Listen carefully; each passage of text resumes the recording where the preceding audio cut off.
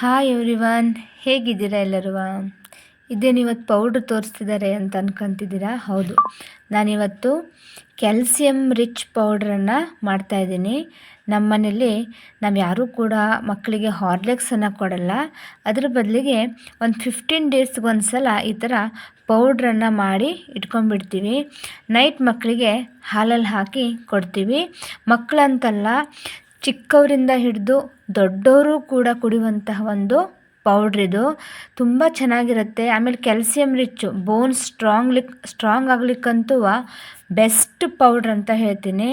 ಇದನ್ನು ತುಂಬ ಹೊತ್ತು ನಿಂತ್ಕೊಂಡಿರ್ತೀವಿ, ಕಾಲು ನೋವು, ಏನೇ ಪ್ರಾಬ್ಲಮ್ ಇದ್ದರೂ ಕೂಡ ಇದನ್ನು ಒಂದು ಸಲ ನೀವು ಇದನ್ನು ಟ್ರೈ ಮಾಡಿ. ಒಂದು 2 ಮಂತ್ಸಲ್ಲಿ ನಿಮಗೆ ಇದ್ರದ್ದು ರಿಸಲ್ಟ್ ಗೊತ್ತಾಗತ್ತೆ. ಹೇಗೆ ಮಾಡೋದು ಅಂತ ಹೇಳ್ಕೊಡ್ತೀನಿ. ಫಸ್ಟ್ ಇಲ್ಲಿ ಅರ್ಧ ಕಪ್ನಷ್ಟು ನಾನು ಗೋಡಂಬಿಯನ್ನು ತೆಗೆದುಕೊಂಡಿದ್ದೀನಿ. ಇದನ್ನು ಡ್ರೈ ರೋಸ್ಟ್ ಮಾಡಬೇಕು. ಆಯಿಲ್ ಆಗಲಿ ಅಥವಾ ತುಪ್ಪ ಆಗಲಿ ಏನೂ ಹಾಕಬಾರ್ದು. ಫುಲ್ ಅದು ಸ್ವಲ್ಪ ಮಾಯ್ಶ್ಚರ್ ಹೋಗಬೇಕು. ಆ ಥರ ಡ್ರೈ ರೋಸ್ಟನ್ನು ನಾವು ಮಾಡ್ಕೋಬೇಕು. ಇಷ್ಟು ಡ್ರೈ ರೋಸ್ಟ್ ಆದಮೇಲೆ ಮತ್ತು ಅದೇ ಪ್ಯಾನ್ಗೆ 1 ಕಪ್ನಷ್ಟು ಬಾದಾಮಿಯನ್ನು ಹಾಕ್ತಿದ್ದೀನಿ. ಅರ್ಧ ಕಪ್ ಗೋಡಂಬಿಯನ್ನು ತಗೊಂಡಿದ್ದೆ, 1 ಕಪ್ ಬಾದಾಮಿ ಕೂಡ ಗೊತ್ತಿರೋ ಹಾಗೆ ತುಂಬ ಕ್ಯಾಲ್ಸಿಯಂ ಪ್ರೋಟೀನ್ ರಿಚ್ ಇರುವಂತಹ ಒಂದು ಡ್ರೈ ಫ್ರೂಟು. ಇದನ್ನು ಕೂಡ ನಾನು ಈ ಥರ ಡ್ರೈ ಆಗಿ ರೋಸ್ಟನ್ನು ಮಾಡ್ಕೊತಿದ್ದೀನಿ. ಡ್ರೈ ರೋಸ್ಟ್ ತಿನ್ನಲಿಕ್ಕೆ ತುಂಬ ಚೆನ್ನಾಗಿರುತ್ತೆ ಇದು. ಇದನ್ನು ಕೂಡ ತೆಗೆದಾದ್ಮೇಲೆ ನೆಕ್ಸ್ಟು ಇದು ಇಂಪಾರ್ಟೆಂಟು, 2 ಕಪ್ನಷ್ಟು ಮಖಾನ ಬೀಜವನ್ನು ತಗೊಂಡಿದ್ದೀನಿ. ಮಖಾನ ಅಂತಂದರೆ ಲೋಟಸ್ ಸೀಡ್ಸ್ ಅಂತಲೂ ಅಂತಾರೆ. ಇದಂತೂ ಫುಲ್ ಕ್ಯಾಲ್ಸಿಯಂ ಮತ್ತು ಪ್ರೋಟೀನ್ ರಿಚ್ ಇರುವಂತಹ ಒಂದು ಸೀಡು. ಇದನ್ನು ಕೂಡ ನೀವು ಡ್ರೈ ಆಗಿ ಈ ಥರ ರೋಸ್ಟ್ ಮಾಡ್ಕೋಬೇಕು. ಯಾವುದೇ ಕಾರಣಕ್ಕೂ ತುಪ್ಪ ಯೂಸ್ ಮಾಡಬೇಡ್ರಿ, ಯಾಕಂದ್ರೆ ನಾವು ಪೌಡ್ರ್ ಸ್ಟಾಕ್ ಮಾಡ್ಕೊತೀವಲ್ಲ, ಸೊ ನಾವು ಡ್ರೈ ರೋಸ್ಟನ್ನೇ ಮಾಡ್ಕೋಬೇಕಾಗತ್ತೆ. ಸಿಮ್ಮಲ್ಲಿಟ್ಟು ನಿಧಾನಕ್ಕೆ ಹುರ್ಕೊಳ್ಳಿ, ಯಾವುದೇ ರೀತಿಯ ಗಡಿಬಿಡಿ ಬೇಡ. ಇದು ಡ್ರೈ ರೋಸ್ಟ್ ಆದಮೇಲೆ ಈ ಮಖಾನ ಬೀಜ ಏನೈತಲ್ಲ ನೋಡಿ, ಈ ಥರ ಫುಲ್ ಪುಡಿ ಆಗುತ್ತೆ. ಇಷ್ಟು ಪುಡಿ ಆಗುತ್ತೆ, ಅಲ್ಲಿ ತನಕ ಅದನ್ನು ನಾವು ಏನು ಮಾಡ್ಕೋಬೇಕು, ಫ್ರೈ ಮಾಡ್ಕೋಬೇಕು. ಇದನ್ನು ಕೂಡ ನಾನು ಒಂದು ಪ್ಲೇಟಿಗೆ ತಗೊಂಡಿದ್ದೀನಿ. ನೆಕ್ಸ್ಟು ಫುಲ್ ಇಂಪಾರ್ಟೆಂಟು, ಅರ್ಧ ಕಪ್ನಷ್ಟು ಕಸಕಸೆನ ತಗೊಂಡಿದ್ದೀನಿ. ಇದು ಕೂಡ ಕ್ಯಾಲ್ಸಿಯಂ ರಿಚ್ ಆಗಿರುವಂತಹ ಒಂದು ಸೀಡು. ಇದನ್ನು ನಾವು ರಾತ್ರಿ ಹೊತ್ತಿಗೆ ನಾವು ಹಾಲಲ್ಲಿ ಹಾಕಿ ಕುಡಿತೀವಂದ್ರಿ ಪೌಡ್ರು, ನಿದ್ದೆನೂ ಕೂಡ ಏನಾಗುತ್ತೆ, ಚೆನ್ನಾಗಿ ಬರುತ್ತೆ. ಗಸಗಸೆ ಏನೈತಲ್ಲ, ನಿದ್ದೆಗೂ ತುಂಬ ಒಳ್ಳೆಯದು, ಆರೋಗ್ಯಕ್ಕೂ ಕೂಡ ಅಷ್ಟೇ ಬೆನಿಫಿಟ್ ಇದೆ. ಬರೀ ನಾನ್ ವೆಜ್ ಐಟಮಿಗೆ ಗಸಗಸೆ ಯೂಸ್ ಮಾಡುವಂಥದ್ದಲ್ಲ, ಇದ್ರದ್ದು ಕೂಡ ತುಂಬ ಇಂಪಾರ್ಟೆಂಟ್ ಇರುವಂತಹ ಒಂದು ಸೀಡಿದು. ನೆಕ್ಸ್ಟು ಅರ್ಧ ಕಪ್ನಷ್ಟು ಇಲ್ಲಿ ಅರ್ಧ ಕಪ್ನಷ್ಟು ಬಿಳಿ ಎಳ್ಳನ್ನು ತೊಗೊತಿದ್ದೀನಿ. ಇದು ಕೂಡ ಸೇಮ್ ಕ್ಯಾಲ್ಸಿಯಂ ರಿಚ್ ಆಗಿರುವಂಥ ಒಂದು ಸೀಡ್. ಕ್ಯಾಲ್ಸಿಯಮಿಗೆ ಇಂಪಾರ್ಟೆಂಟ್ ಕೊಡುವಂತಹ ಒಂದು ಸೀಡ್ಸ್ ಆಗಲಿ ಡ್ರೈ ಫ್ರೂಟ್ಸ್ ಆಗಲಿ ನಾನು ಯೂಸ್ ಮಾಡ್ತಾಯಿದ್ದೀನಿ. ಬಿಕಾಸ್ ಮಕ್ಕಳಿಗೆ ಅಥವಾ ದೊಡ್ಡವರಿಗೆ ಆಗುವಂತಹ ಜಾಯಿಂಟ್ ಪೇನ್ ಆಗಿರ್ಬೋದು, ಅಥವಾ ಬೋನ್ಸ್ ಸ್ಟ್ರಾಂಗ್ ಆಗಲಿಕ್ಕೆ ಯೂಸ್ ಮಾಡುವಂತಹ ಪೌಡರು. ನಮ್ಮ ಮನೆಯವರಿಗೆ ಕೈ ನೋವಾದಾಗ ನಾನು ಇದನ್ನು ಸ್ಟಾರ್ಟ್ ಮಾಡಿದ್ದೆ.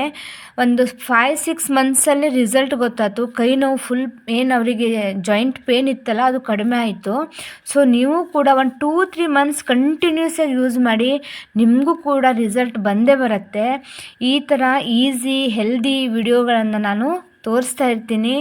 ದಯವಿಟ್ಟು ನನ್ನ ಚಾನಲನ್ನು ಸಬ್ಸ್ಕ್ರೈಬ್ ಮಾಡಿ, ನನ್ನ ಮಾಡುವಂಥ ರೆಸಿಪಿಗಳನ್ನು ಶೇರ್ ಮಾಡೋದನ್ನು ಮರಿಬೇಡಿ.